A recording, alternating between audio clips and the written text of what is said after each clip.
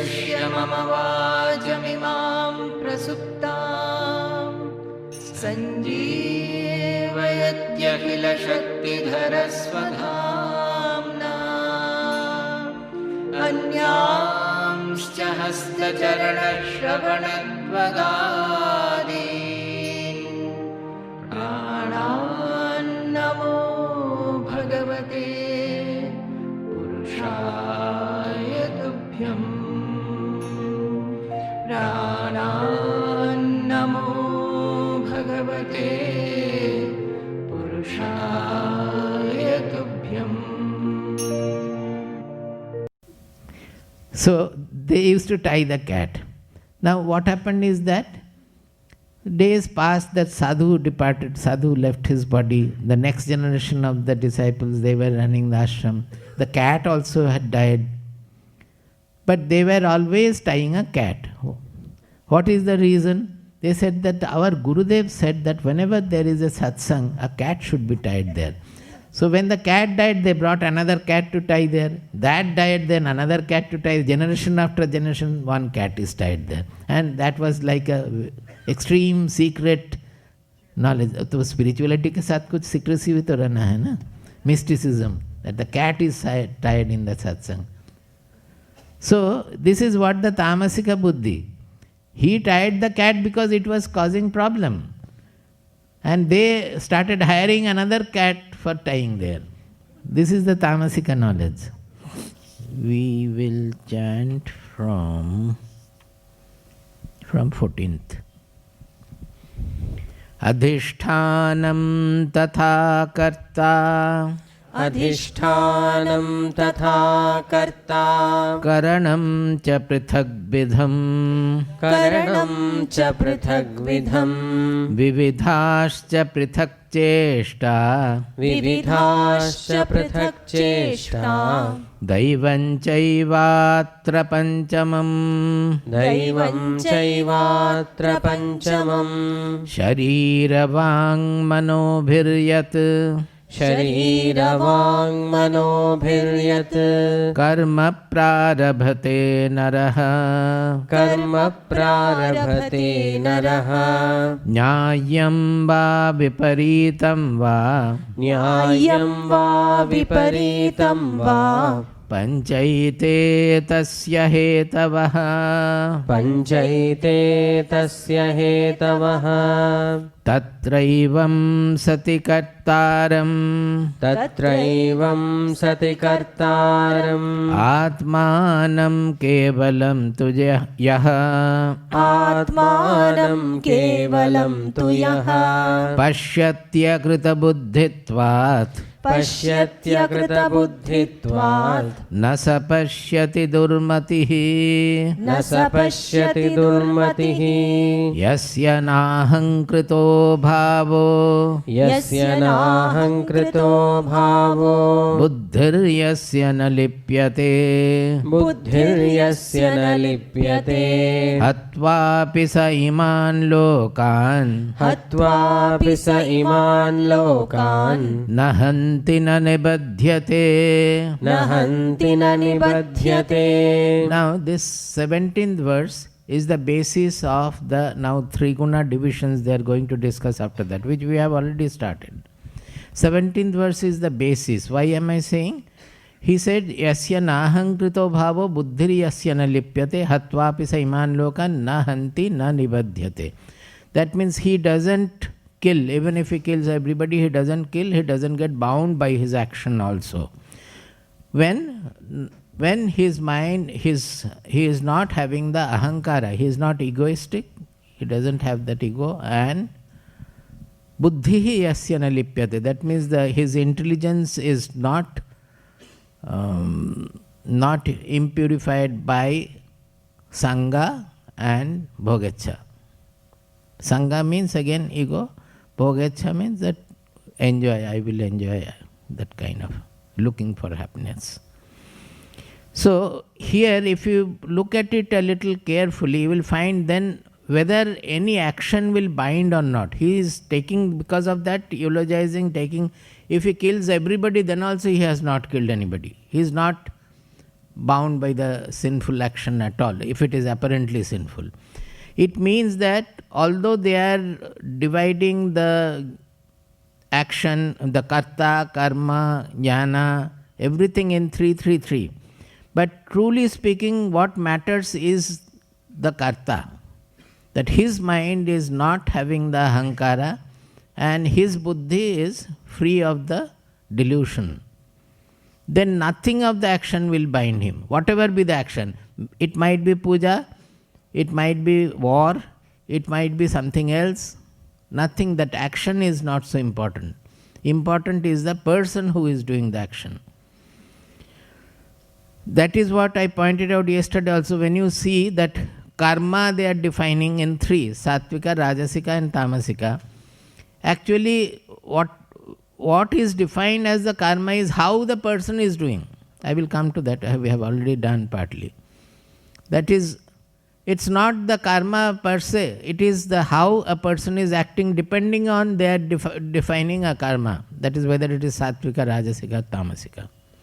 There is a shloka, I don't remember, that saying this, the shloka says that one who is with the same hands with which he is embracing the bharya means the wife, the action is the same when he is embracing the daughter also. Embrace is the same, whether it is bharya or daughter. Where is the difference? It is in the mind. Whether it is he is embracing his wife or fiancé, or he is embracing his daughter, the action wise it is the same. In both cases he is embracing another person of another sex. But the difference is only in the mind. So any action, it is outside action, it doesn't make any difference. All the difference is how we are doing it. Mana kritam kritam karyam. No, that is the first line. The second line I am not remembering. Manah kritam kritam karyam natu deha kritam kvajit yena hastena. Yena alingyate bharya tena alingyate suta. ये कहाँ से है? Subhashitam. So, the 18th, let us go to.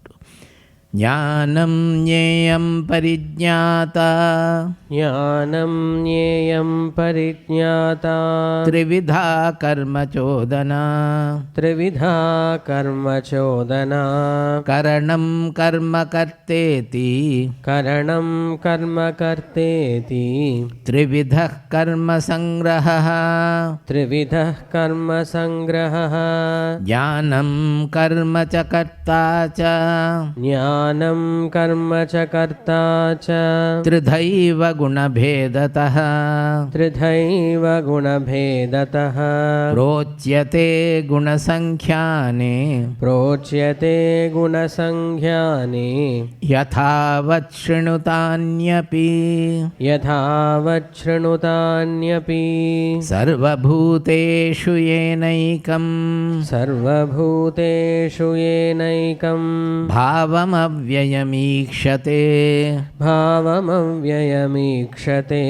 अविभक्तं विभक्तेषु तज्ज्ञानं विद्धि सात्विकम्. Up to this we have done in great detail.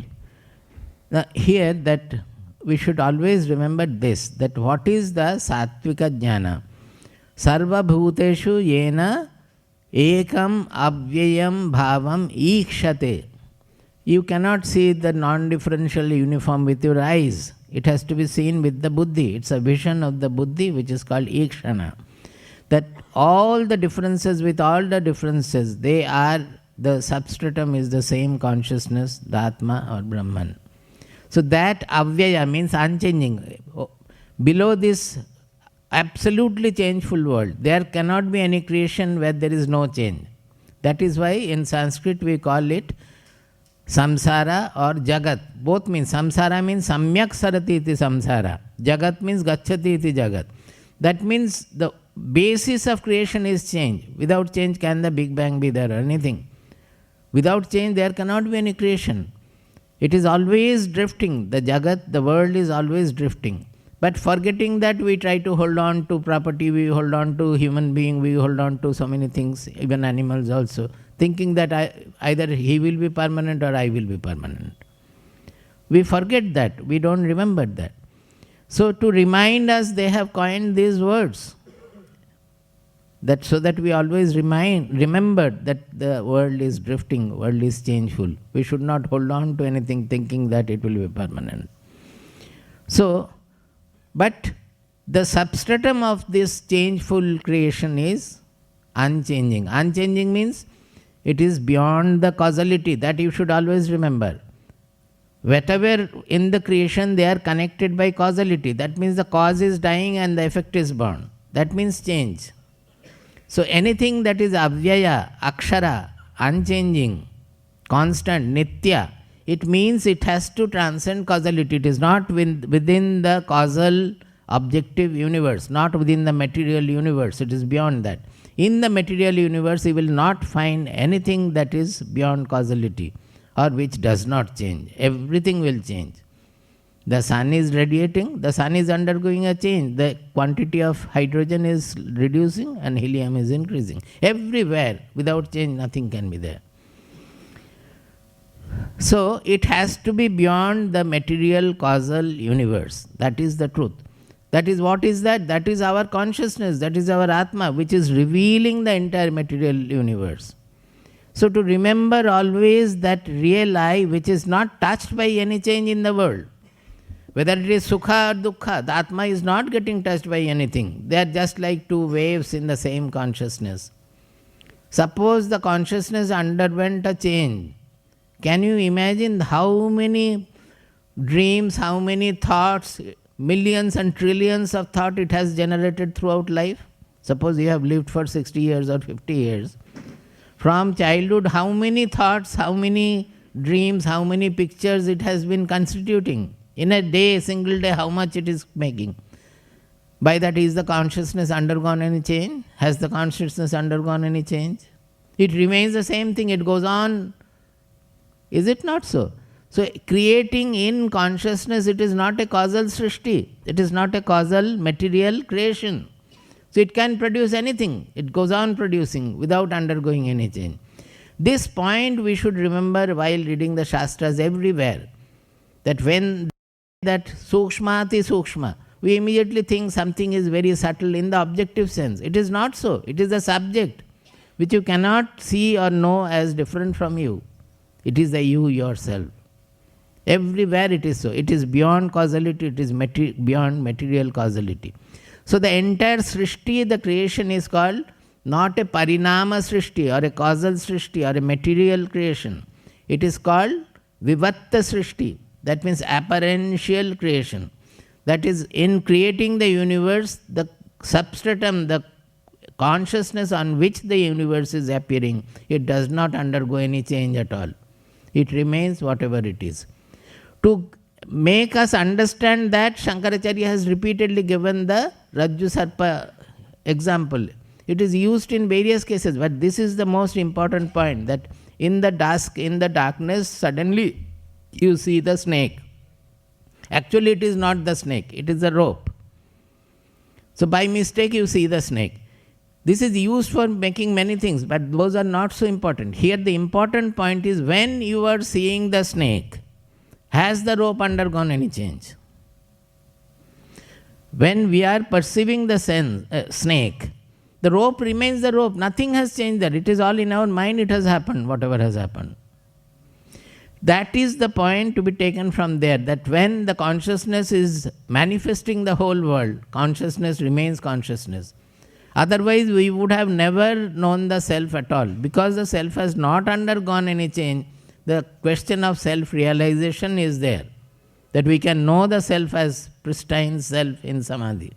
Otherwise, it would not have been possible. The self is always undergoing a change. That will become the material. Self is only revealer of the material universe. It doesn't get touched by anything at all. So to keep this in mind in everything, seeing the oneness, unchanging one truth in all the changeful universe, that is called the Sattvika Jnana. Abhibhaktam vibhakteshu, that in the fragmented world, seeing the unfragmented truth. Now, why it is sattvika? Because sattvika, any sattvika, that guna, by its nature, it has a comprehensiveness. Sattva guna means enlightenment, a comprehensive vision, wholesome vision. That is the way of sattva guna. Suddenly I remember that after appearing for the 12th class exam, there was a gap for about 3 months before getting into the graduation. So there I was reading, studying in more detail with lot of care. Suddenly one day I discovered that the teachers have fooled us. Not knowingly, deliberately, because of their own ignorance they have fooled us. What is that? Whatever we study, be it heat, thermodynamics, mechanics, electricity, everywhere we were solving the same quadratic equation, the same simple harmonic motion, the same mathematical equations were repeatedly being solved in different, whenever we are studying any subject. Repeatedly the same mathematics is being worked out by, in the morning by one sir, in the evening by another sir, in the noon by another sir, explaining things. I discovered at that point, which was just like getting the spiritual bliss, it was. So much of joy I got. This is absolutely, we have been fooled, because this equation, seeing everything in the form of this quadratic equation of linear motion, it is our way of seeing the world. The mathematics is the same.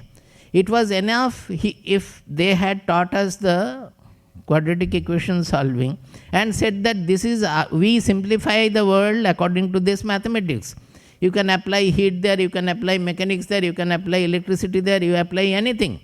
Only one mathematical equation should have been solved and told that all the subjects are applying this. It is not because of that we are doing new things. It is our way of looking at the world. And when it is not sufficient, suppose that equation does not explain the thermal expansion. That is, if we heat something, it expands. Now with that linear form, we cannot explain the thermal expansion. Then we incorporate another term of that equation. It becomes non-linear. That non-linear equation comes because we cannot explain the thermal expansion by that.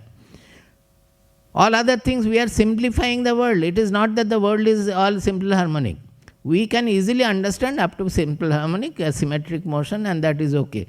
We are satisfied with that as long as no subtlety comes in. The moment there is subtlety, the non-linear terms will come.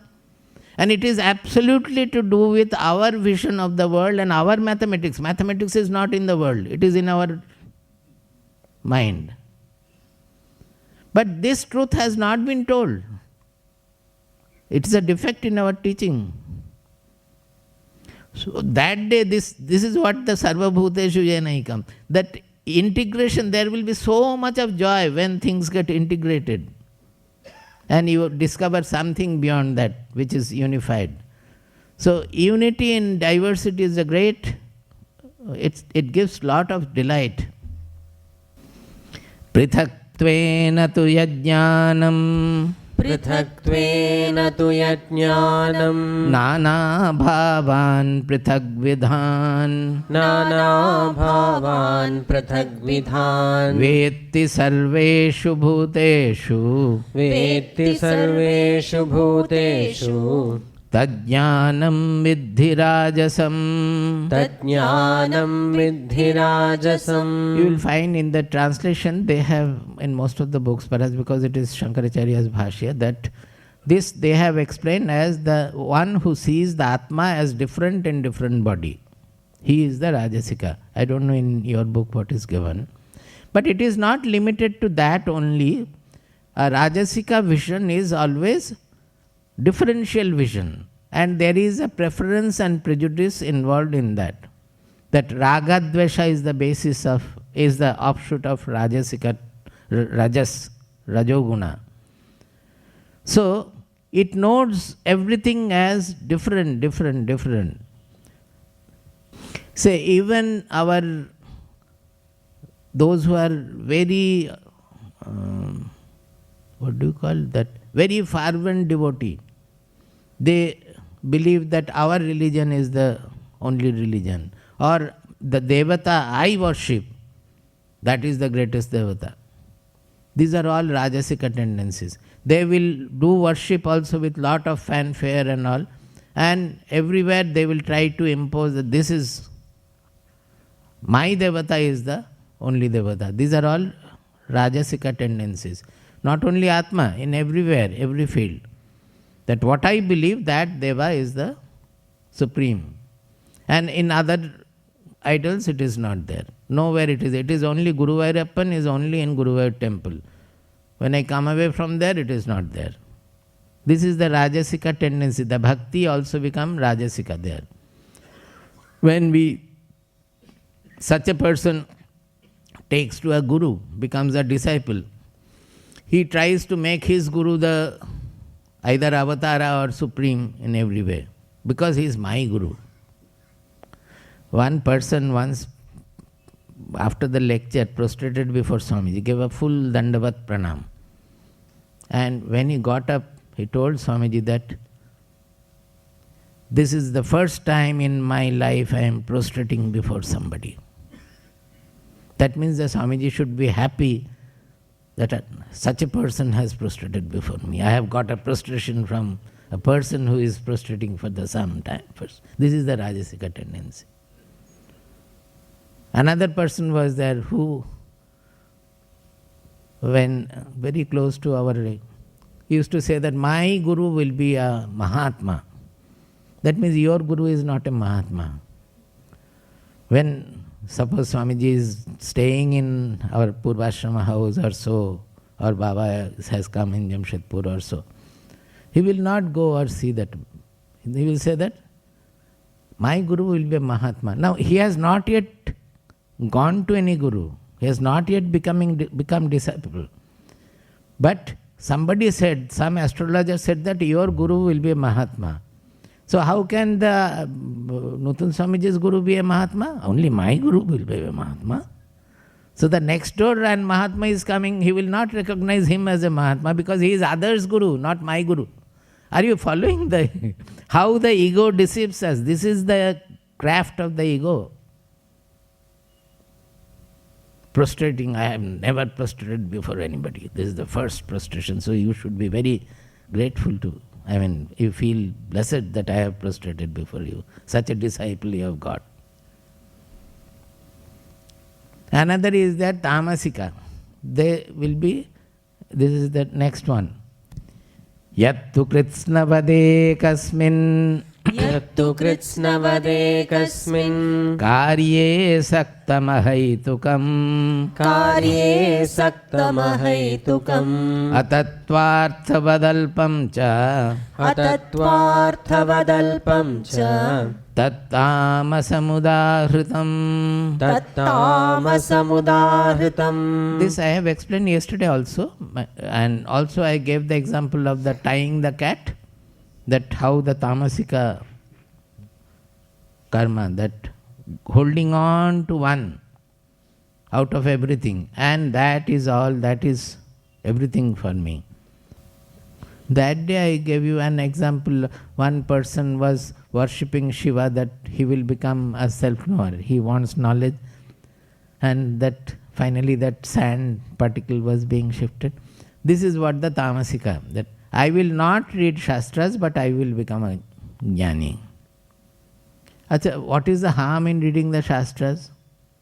No, I will not read the Shastras, I will become a jnani. That is tamasika holding. That is called the moha. Moha means delusion. Similar is that, why should one have a guru? I am reading the Shastras, I will read all the Vedas, I will read everything. Why should I have to go to a guru? This is tamasa rajasika, both are there. Rajasika is, he is doing, he is not tamasik, he is not, it's not that he is not reading the Shastras. He is doing too much. Perhaps he has exhausted all the scriptures, Upanishads he has read, everything he has read. And he feels that by that the purpose of the Shastras have been attained. So why should I go to a guru? Because to going to a guru he has to become humble. That humility has to be there. That is not there. That is Rajasika. So it is a mixture of Rajasa Tamasika bhakti or action. Like that you can take so many examples will be there.